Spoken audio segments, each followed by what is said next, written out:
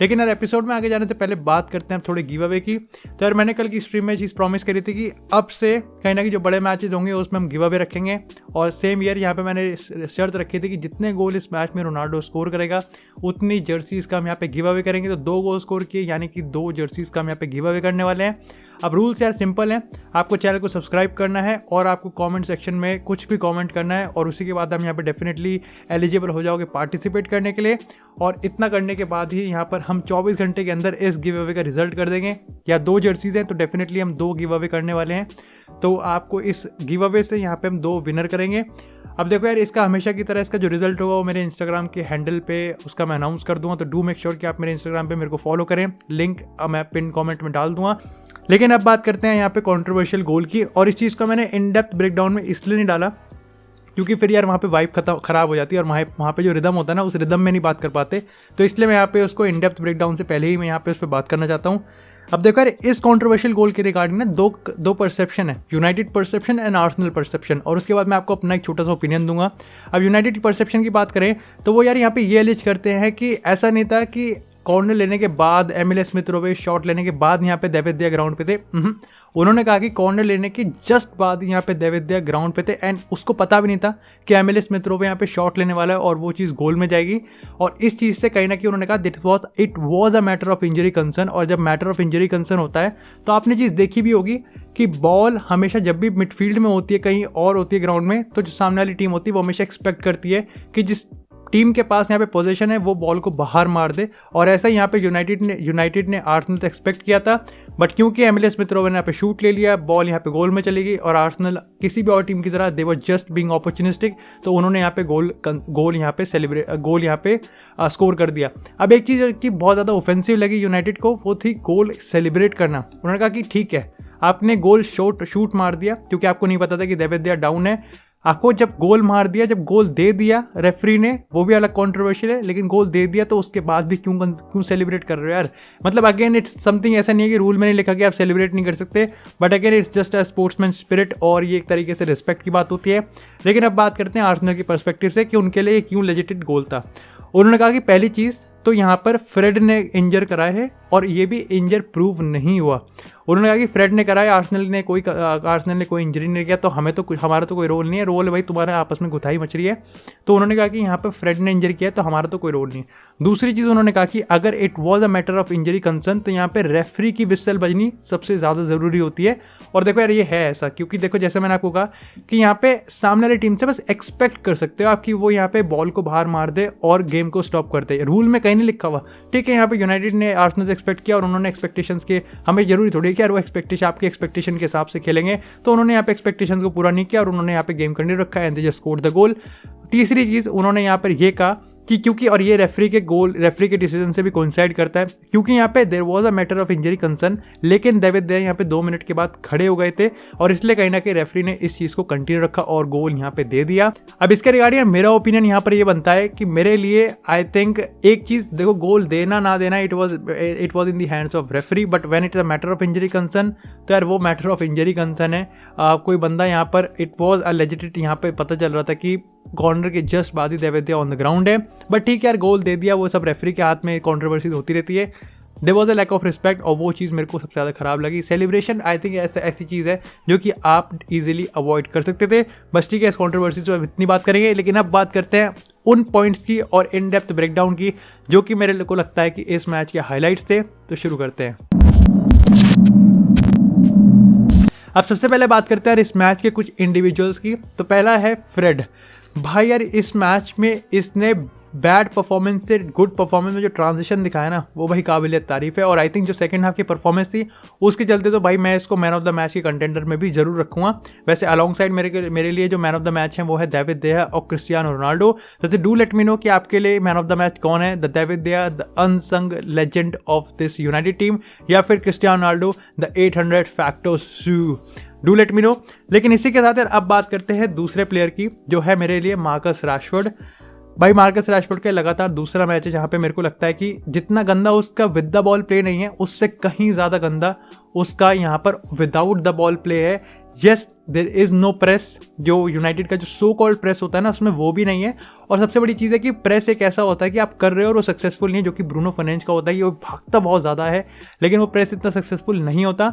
लेकिन इसकी तरफ से तो मेरे को वो इंटेंट भी नहीं दिखता और वो वर्क रेट बहुत ज़्यादा ज़रूरी है। और मेरे को ऐसे लगता है कि मार्कस रैशफोर्ड, मेसन ग्रीनवुड और 2-3 प्लेयर ऐसे हैं जिनको बहुत ज़्यादा काम करना पड़ेगा अगर उनको राल्फ रैंगनिक के सिस्टम में अपनी जगह बनानी है। लेकिन इसी के साथ अब बात करते हैं अपने दूसरे पॉइंट की, और वो है क्रिस्टियानो रोनाल्डो, द 801 फैक्टर्स। अब देखो यार, जितना भी पिछले 2-3 दिनों में हुआ है बैलन डोर के रिगार्डिंग कंट्रोवर्सी हुई है, जितना हेट मिला है, जितना टॉक्सिसिटी उसके अराउंड थी, इस मैच से एक चीज़ जो रोनाल्डो के फैंस हम लोग यहाँ पे एक्सपेक्ट कर रहे थे कि भाई रोनाल्डो अगर किसी चीज़ का रिप्लाई करता है तो वो है goals, and we need this gold badly at this time. और बंदे ने गोल स्कोर कर दिया भाई साहब, उसने रिकॉर्ड बना दिया 800 और 800 फर्स्ट गोल उसने इस मैच में स्कोर किया, and he officially break the record of the 800 career goals. I mean seriously यार, इस कंट्रोवर्सी में आई थिंक ये बहुत ही ज़्यादा ज़रूरी था रोनाल्डो के कमबैक के लिए, एंड इट जस्ट शोज़ कि भाई रोनाल्डो की मेंटालिटी कितनी ज़्यादा स्ट्रॉन्ग है। भाई कुछ भी चीज़ उस बंदे को की मेंटालिटी को हिला नहीं सकती। लेकिन अगर इस सारी चीज़ों से हटके हुए रोनाल्डो की बात करें तो एक चीज़ मेरे को और अच्छी लगी, वो थी रोनाल्डो का प्रेस। अगेन आई थिंक यहाँ पे ये चीज़ कहनी पड़ेगी कि भाई रोनाल्डो का विदाउट द बॉल जो प्रेस होता है ना, वो आज भी मेरे को वहाँ दिखा था। भाई रोनाल्डो, आई थिंक ये रोनाल्डो प्रेस नहीं करता, ये मिथ है, ये बकवास है, अफवाह है, एंड ये बस एक हेट करने का एक दूसरा तरीका यहाँ पे लोगों को मिल गया है। मेरे लिए भाई रोनाल्डो प्रेस कर रहा था और हम वॉच लॉन्ग कर रहे थे और मैं लाइव वहाँ पे सबको बता रहा था कि यहाँ पे देखो, और जितने भी लोग हमारे साथ जुड़े हुए थे वो भी कहीं ना कहीं इस चीज़ से कोइंसाइड कर रहे थे कि yes there is a work rate, और 37 साल की उम्र में अगर वो ये वर्क रेट दे रहा ना, it is absolutely commendable and absolutely astonishing. लेकिन इसी के साथ यार बात करते हैं अब इस मैच की टैक्टिक्स की। सबसे पहले बात करते हैं यार मैनचेस्टर यूनाइटेड की टैक्टिक्स की। तो यार देखो, पिछले इस मैच से पहले अगर दो गेम्स की बात करें तो माइकल कैरिक की एक ऐसी पर्सनालिटी बन गई थी कि अगर इससे कोई पूछे कि माइकल कैरिक से हम क्या एक्सपेक्ट कर सकते हैं, सब कहेंगे बोल्ड डिसीजंस, बॉल्सी डिसीजंस, कि भाई जो बंदा क्रिस्टियानो रोनाल्डो को सब बेंच पे बिठाने का डिसीजन ले सकता है। अगेन इतना ज़्यादा एग्जैजरेट नहीं कर रहा, but it was controversial yet it was effective. जो बंदा कुछ कर सकता है, आई थिंक इट विल, मतलब कुछ तो टोपी में से, कुछ तो हैट में से जादू का पिटारा निकालेगा ये आर्सेनल के अगेंस्ट, क्योंकि चेल्सी को इसने कंटेन किया, विलारियल को इसने हराया, तो आर्सेनल के अगेंस्ट कुछ तो होगा। But I was very very disappointed, system से मैं बहुत ज़्यादा डिसअपॉइंटेड था कि आज आर्सेनल के अगेंस्ट जो सिस्टम लेके आया वो मेरे को लगा it was back to basics, जो कि हम ओले गुनर सोल्शर के अंडर गए थे, और उसको सपोर्ट करने के लिए मेरे पास कुछ रीजंस हैं। सबसे पहले द फॉर्मेशन, द 4-2-3-1 सिस्टम। आपने फ्रेड को और मैकटोमिने को वापस से उस पिवट में लिया है, जिस पिवट ने यहाँ पे ओले गुनर सोल्शर को उसकी जॉब निकलवा दी। लाइक सीरियसली आपने कैसे वो पिवट आपने वापस डाल दिया, एंड दैट्स वाई यहाँ पर वो पिवट इतना गंदा परफॉर्म कर रहा था। वो पिवट यहाँ पे डिफेंसिव अवेयरनेस नहीं रख रहा था, वो आउट ऑफ पोजीशन थे, वो डिफेंड नहीं कर पा रहे थे, वो एग्रेसिव नहीं हो पा रहे थे, मिडफील्ड में हम बॉल नहीं जीत पा रहे थे। मेरे ख्याल से पहले आपके काफ़ी पार्ट तक तो हम यहाँ पे 7-8 पासिस भी नहीं कर पाए एक रिदम में, एंड दैट इज़ बिकॉज कि हमारा मिडफील्ड इतना ज़्यादा आइसोलेटेड होता है कि वो डिफेंस को, अटैक को, मिड को, अटैक को पूरी टीम को कंबाइन कंटेन ही नहीं कर सकता, वो लिंक ही नहीं बन सकता, और इसलिए ख़राब था। दूसरी चीज़ थी कि अगेन जिस तरीके से हम ओले गुनर सोल्शर के अंदर गोल कंसीड कर रहे थे, उसी तरीके से हमने यहाँ भी गोल कंसीड करा। लाइक सीरियसली आपकी डिफेंसिव पोजीशनिंग, डिफेंसिव अवेयरनेस बहुत ही ज़्यादा ख़राब थी। पहले गोल की बात करें, इट वॉज काइंड ऑफ मतलब कॉन्ट्रोवर्शियल गोल था, लेकिन अगर दूसरे गोल की बात करें तो अगेन वो चीज़ बताती है कि हमारा जो डिफेंस था वो कितना ज़्यादा नैरो था। और क्योंकि आप फ्रेड को, स्कॉट मैकटोमिने को आप एक परफेक्ट सीडीएम खिला रहे हो, जो कि वो है ही नहीं, तो आप डेफिनेटली आप कहीं ना कहीं पूरे टीम का जो बैलेंस है वो बिगाड़ रहे हो, और वो चीज़ हमें देखने को मिली। एंड डेफिनेटली यार देखो, टेलेस और डिएगो डालोट दोनों ऐसे फुल बैक्स हैं जो एग्रेसिवली ज़्यादा कंट्रीब्यूट करते हैं और डिफेंसिवली उनके पास नहीं है, और उसमें भी कहीं ना कहीं आपके 2 सीडीएम्स बेकार खेल रहे हैं, मतलब आउट ऑफ पोजीशन खेल रहे हैं। तो इट्स जस्ट नो मैटर, कोई भी सामने वाली टीम अगर आउट एंड आउट विंगर को लेके आएगी आपके खिलाफ तो आप बहुत ज़्यादा प्रॉब्लम में फंसने वाले हो, और वही चीज़ यहाँ पे आर्सेनल ने इनके अगेंस्ट करी थी। लेकिन अब बात करते हैं आर्सेनल की टैक्टिक्स से, जिसमें मेरे ख्याल से ज़्यादा लूप होल्स थे, साइकोलॉजिकली ज़्यादा लूप होल्स थे, ना कि टैक्टिकली। अब देखो यार, प्रिडिक्शन में मैंने ये चीज़ कहा था कि आर्सेनल के पास ऐसा कोई रीज़न ही नहीं है कि उनको यहाँ पे यूनाइटेड से डरना चाहिए, बल्कि यूनाइटेड के पास 1-2 ऐसे रीज़न होंगे कि उनको आर्सेनल से डरना चाहिए। और मेरे ख्याल से आर्सेनल को इस मैच में उतरने से पहले दिमाग में एक चीज़ रखनी चाहिए कि at the very very worst चीज़ उनको 1 पॉइंट तो यूनाइटेड से लेना ही लेना है। मतलब कुछ भी हो जाए, ख़राब से ख़राब हो जाए, 1 पॉइंट तो अपन को चाहिए ही चाहिए, और वो यहाँ पे वो ये भी नहीं ले पाए। और ये अगेन आर्सेनल के पर्सपेक्टिव से ही बहुत ही ज़्यादा ख़राब होगा, क्योंकि भाई सही बताऊँ तो यूनाइटेड, हमें पता है बड़ी टीम है भाई, यूनाइटेड के पास फायर पावर आर्सेनल से बहुत ज़्यादा है, but look at the recent results, मतलब माइकल कैरिक से पहले के रिजल्ट देखें और लुक एट दी आर्सेनल के हम रीसेंट रन्स की बात करें आर्टेटा के अंदर, तो कहीं ना कहीं सब लोग कहेंगे कि ठीक है भाई आर्सेनल का एक बड़ा चांस है यहाँ पे यूनाइटेड के अगेंस्ट। अब होता क्या है यार कि आर्सेनल में वही प्रॉब्लम है कि आर्सेनल बड़ी टीम्स के अगेंस्ट यहाँ पे बॉटल करती है, छोटी टीम्स के अगेंस्ट वो करती है। And this is because of the fact कि देखा है जब आप बड़ी टीम्स के अगेंस्ट एग्रेसिवली और हाई प्रेस से स्टार्ट करते हो ना, जो कि यहाँ पे आर्सेनल ने सेम किया, उसने यूनाइटेड को हाई प्रेस करा, यूनाइटेड को दबाने की कोशिश करी, स्क्वीज करा, अपना गेम बनाया, जिस मेंटालिटी के साथ वो है वो मेंटालिटी इंपोज करी and they get the goal. Again it was a controversial goal, but I think 90% of us इस चीज़ पे एग्री करेंगे कि यहाँ पर यूनाइटेड कंसीड करना यहाँ पे डिजर्व करती थी, Arsenal deserve the first goal. लेकिन जस्ट हमेशा की तरह हर बड़ी टीम के साथ वही होता है कि आप जब पहला गोल मार देते तो आप सिट बैक क्यों करते हो, जब आपको पता है कि आप कंटेन नहीं कर सकते। अब मैं बताऊंगा कि आप कंटेन भी क्यों नहीं कर सकते, तो आप सिट बैक क्यों करते हो, क्योंकि अगर बड़ी टीम्स हैं यूनाइटेड, लिवरपूल, स्पर्स और चेल्सी, ये ऐसी टीम्स हैं, ये अगर कंसीड करती हैं तो इमीडिएटली कम बैक करने की कोशिश करती है, और वही चीज़ यहाँ पे यूनाइटेड ने करी है। अब अगेन आई थिंक मेरे को ऐसा लगता है कि सिट बैक में आर्सेनल डिफेंड इसलिए नहीं कर सकती क्योंकि उनके पास कोई लीडर नहीं है। ओबामेयांग, लाकाजेट तो खैर था भी नहीं, क्योंकि लाकाजेट भी यहाँ पर कहीं ना कहीं परफॉर्म नहीं कर पाता क्योंकि उसके पास वो एथलेटिसिज्म ही नहीं है। ओबामेयांग की तो भाई क्या ही बात करें, जितना कम बोला जाए उतना ज़्यादा बेटर है।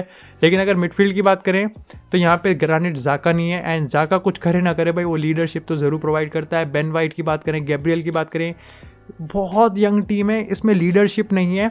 और यहाँ पे ना पता है बहुत आराम से पता चल रहा था कि जो मिकेल आर्टेटा है ना वो भी काफ़ी ज़्यादा फ्रस्ट्रेटेड इस चीज़ को देखते हुए कि आर्सेनल एकदम सिट बैक क्यों कर रही है। और काफ़ी टाइम तक मैं उसको डगआउट में हम इसको ऑब्जर्व कर पा रहे थे कि वो एक्चुअली अपनी टीम को कह रहा था कि भाई ऊपर चढ़ो, बिकॉज ही न्यू इट कि यहाँ पर ये चीज़ पहले भी हो चुकी है और ये हर हफ्ते का है कि when Arsenal gets into the lead this sit back कर लेती है।